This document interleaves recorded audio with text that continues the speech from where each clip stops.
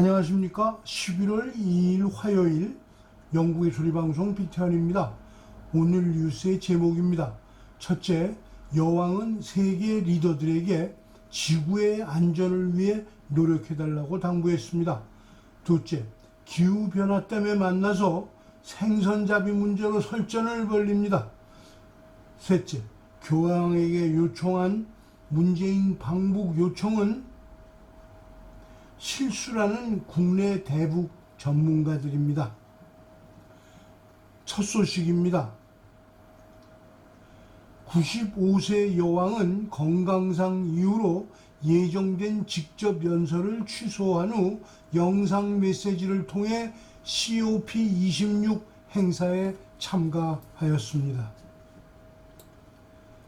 메시지에서 여왕은 세계 지도자들이 기후변화에 대처하고 가장 극복할 수 없는 문제를 해결하기 위해 공동으로 협력할 것을 당부했습니다.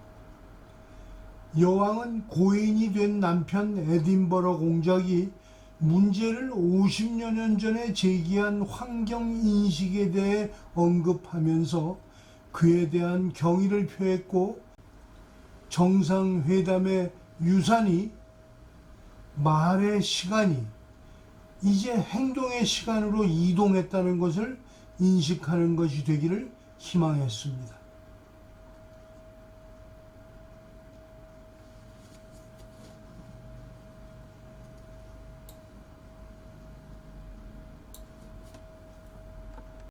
I'm delighted to welcome you all to the 26th United Nations Climate Change Conference. And it is perhaps fitting that you have come together in Glasgow, once a heartland of the Industrial Revolution, but now a place to address climate change. This is a duty I'm especially happy to discharge, as the impact of the environment on human progress was a subject close to the heart of my dear late husband, Prince Philip, the Duke of Edinburgh.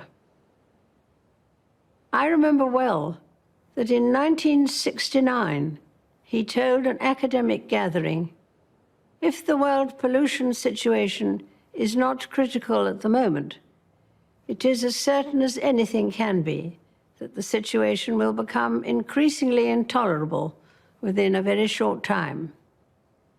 If we fail to cope with this challenge, all the other problems will pale into insignificance." It is a source of great pride to me that the leading role my husband played in encouraging people to protect our fragile planet lives on through the work of our eldest son, Charles, and his eldest son, William. I could not be more proud of them. Indeed, I have drawn great comfort and inspiration from the relentless enthusiasm of people of all ages, especially the young, in calling for everyone to play their part. In the coming days, the world has the chance to join in the shared objective of creating a safer, stabler future for our people and for the planet on which we depend. None of us underestimates the challenges ahead, but history has shown that when nations come together in common cause, there is always room for hope. Working side by side, we have the ability to solve the most insurmountable problems and to triumph over the greatest of adversities. For more than 70 years, I have been lucky to meet and to know many of the world's great leaders. And I have perhaps come to understand a little about what made them special. It has sometimes been observed that what leaders do for their people today is government and politics. But what they do for the people of tomorrow, that is statesmanship. I, for one, hope that this conference will be one of those rare occasions where everyone will have the chance to rise above the politics of the moment and achieve true statesmanship. It is the hope of many that the legacy of this summit, written in history books yet to be printed, will describe you as the leaders who did not pass up the opportunity and that you answered the call of those future generations. That you left this conference as a community of nations with a determination, a desire, and a plan to address the impact of climate change, and to recognize that the time for words has now moved to the time for action. Of course, the benefits of such actions will not be there to enjoy for all of us here today. None of us will live forever. But we are doing this not for ourselves, but for our children and our children's children, and those who will follow in their footsteps.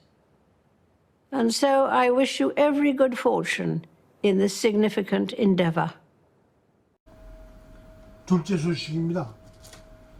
전 세계 200여 개국의 정상들과 실무진들이 글라스고우에 모여 있습니다.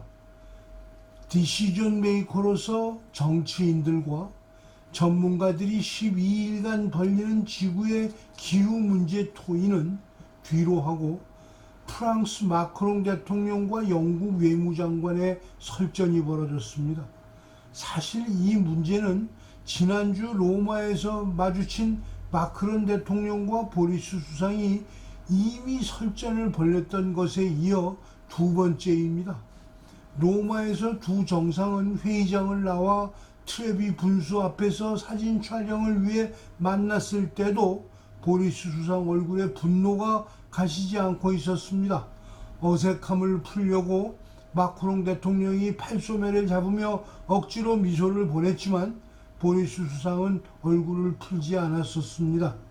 수일 전 프랑스 해경이 납포한 영국 어부의 트롤리 선박을 풀어주고 있지 않을 뿐더러 프랑스 해역에 들어온 영국 어선을 계속 납포하겠다고 선포하였기 때문입니다.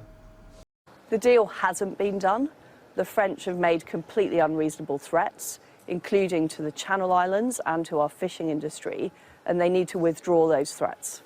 Or else we will use the mechanisms of our trade agreement with the EU to take action. Le gouvernement français et l'Union européenne, à bon droit, ont commencé à dire si vous restez dans cette approche, il y aura des mesures de rétorsion. Mon souhait, c'est pas qu'on aille vers des mesures de rétorsion parce que ça n'apporte rien à nos pêcheurs. C'est plutôt qu'on trouve un accord pour que nos pêcheurs puissent vivre de leur travail, c'est ce à quoi ils aspirent. The French have behaved unfairly. It's not within the terms of the trade deal. And if somebody behaves unfairly in a trade deal, you are entitled to take action against them and seek some compensatory measures. And that is what we will do if the French don't back down. Ça n'est pas personnel.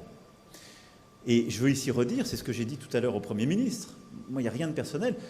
La France est un pays qui a une grande histoire avec le Royaume-Uni et qui, à côté de cette histoire, a une géographie. Nous sommes le pays le plus proche.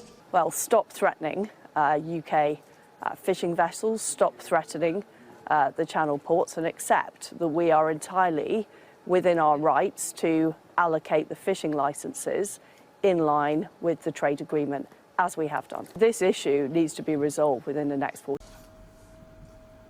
그러나 영국은 유럽 연합과 맺은 브렉시트 탈퇴 조약에 의해서 향후 6년간의 공동 어로에서의 얻는 수확 비율 등 필요한 것이 다 포함되어 있는데 프랑스 어부만이 유독 조약의 범위를 넘어서 욕심을 부리는 것에 동의할 수 없다는 것입니다. 셋째 소식입니다. 문재인이 로마 G20 회의 참석을 기회로 교황을 만나서 방북을 요구한 사건이 국내외에서 논란의 대상이 되고 있습니다. 더욱이 국내 언론들은 첫날 일제히 문재인의 교황 방북 요청을 외교적 성과로 보도한 반면 미국의 언론들은 원래의 목적을 잃어버린 바보 같은 요청이라고는 비난과 함께 비핵화 없이는 종전 평화협정 없다는 미 국무부의 강력한 반발에 부딪히자 국내 대통령 선거 등 여론에 미치는 영향을 고려 국내 전문 패널들의 문재인의 실수에 대한 땜빵 메꾸기 작업에 나섰습니다. VOA 영상으로 보시겠습니다. 주요 20개국 G20 정상회의 참석차 이탈리아 로마를 방문했던 문재인 한국 대통령은 프란치스코 교황 면담 등 로마 일정을 마친 뒤 사회 연결망 서비스에 교황이 방북 의사를 밝혔다는 내용의 글을 올렸습니다. 문 대통령은 앞서 3년 전에도 프란치스코 교황의 북한 방문을 추진했었습니다. 2018년 9월 평양 남북 정상회담에서 문 대통령은 북한의 김정은 국무위원장에게 교황 방북 초청을 제안해 김 위원장이 교황이 오시면 열렬히 환영하겠다고 답한 것으로 알려졌으며 문 대통령은 이를 다시 교황에게 전해 북한에 공식 초청장이 오면 갈 수 있다는 교황 측의 답을 받았지만 북한은 이후 초청장을 보내지 않았습니다. 김영석 전 한국통일부 차관은 교황 방북이 국제사회에서 종교 탄압국으로 인식되고 있는 북한에 자칫 정치적으로 이용될 수 있다는 점을 교황청이 우려하고 있는 것으로 보인다고 말했습니다. 북한이라고 하는 그 체제의 그 특성에 비춰보면 국제사회가 봤을 때 선뜻 가기가 어려운 측면이 많을 거란 말이죠. 이제 종교적 차원에서 보면 종교를 부정하고 있는 국가에 가서 북한이 이제 확실하게 변하지도 않는데 거기에 이제 활용될 수도 있다. 이제 그런 판단이 있을 거란 말이죠. 박원군 이화여대 북한학과 교수도 교황의 방북 자체가 한반도 평화와 함께 북한의 종교 자유, 인권 문제를 제기하는 상징적 의미를 가질 수 있지만 김정은 정권의 정통성을 인정해주는 결과를 낳을 수 있다는 점 역시 교황청의 우려사항일 것이라고 말했습니다. 그러면서 첫 미북 정상회담과 남북 정상회담이 활발히 이어지던 지난 2018년과 달리 미북, 남북 대화가 모두 끊긴 현재 상황에서 북한이 한국 정부의 교황 방북 초청 카드에 호응하기는 더 어려운 상황이 됐다고 분석했습니다. 지금은 상황이 많이 바뀐 게 올해 1월 8차 당대회 때 다시 우호를 빼고 친선을 앞으로 내세웠어요. 그 친선은 기존에 있는 사회주의 또 기존 우방국과의 관계를 우선한다라는 의미거든요. 지금 뭐 러시아, 중국, 뭐 쿠바 뭐 그런 데가 계속 얘기가 나오는 게 그런 의미에서 얘기가 나오고 있어요. 더 이상 뭐 국제사회의 어떤 인정 그런 거를 북한이 얘기하고 있지 않습니다. 전혀 오히려 사상 투쟁을 얘기를 하고 있고요. 조한범 통일연구원 선임연구위원은 문재인 정부 임기 말 추진하는 교황 방북의 정치적 부담과 함께 신종 코로나 바이러스 감염증 사태 속에서 백신 접종이 전혀 이뤄지지 않은 북한에 교황이 간다는 것이 현실성이 떨어진다면서 교황청의 교황과 문 대통령 간 면담 보도자료에서 방북 관련 언급이 빠진 것은 교황의 방북 의사 표명이 원론적 수준에서 이루어졌음을 시사하는 것이라고 평가했습니다. 또 문재인 정부 임기가 지금 말기로 가는 상황에서 교황의 방북이 교황청 입장에서는 한반도 평화의 결정적인 계기가 돼야 되는데 이게 임기에 쫓기는 문재인 정부의 말기에 이걸 시도한다는 게 정치적 부담이 있을 수 있거든요. 임재천 고려대 북한학과 교수는 현재 경제난 심화로 김정은 위원장이 외치에 신경을 쓸 여력이 없는 상황인데다 대규모 미사가 수반되는 교황의 방북이 북한 주민들에게 미칠 영향에 대해 체제 안보 차원에서도 우려가 클 것이라면서 김정은 정권이 교황의 방북을 수용하기는 어려울 것이라고 전망했습니다. 아무리 거짓말을 밥 먹듯이 하는 문재인과 주사파 정권일지라도 김정은 정권을 망국의 위기에서 구하려고 교황까지 이용하려 하는 문재인 정권이 저지를 수 있는 최악의 시나리오는 아직 더 남아있다는 것으로 보이기 때문에 더욱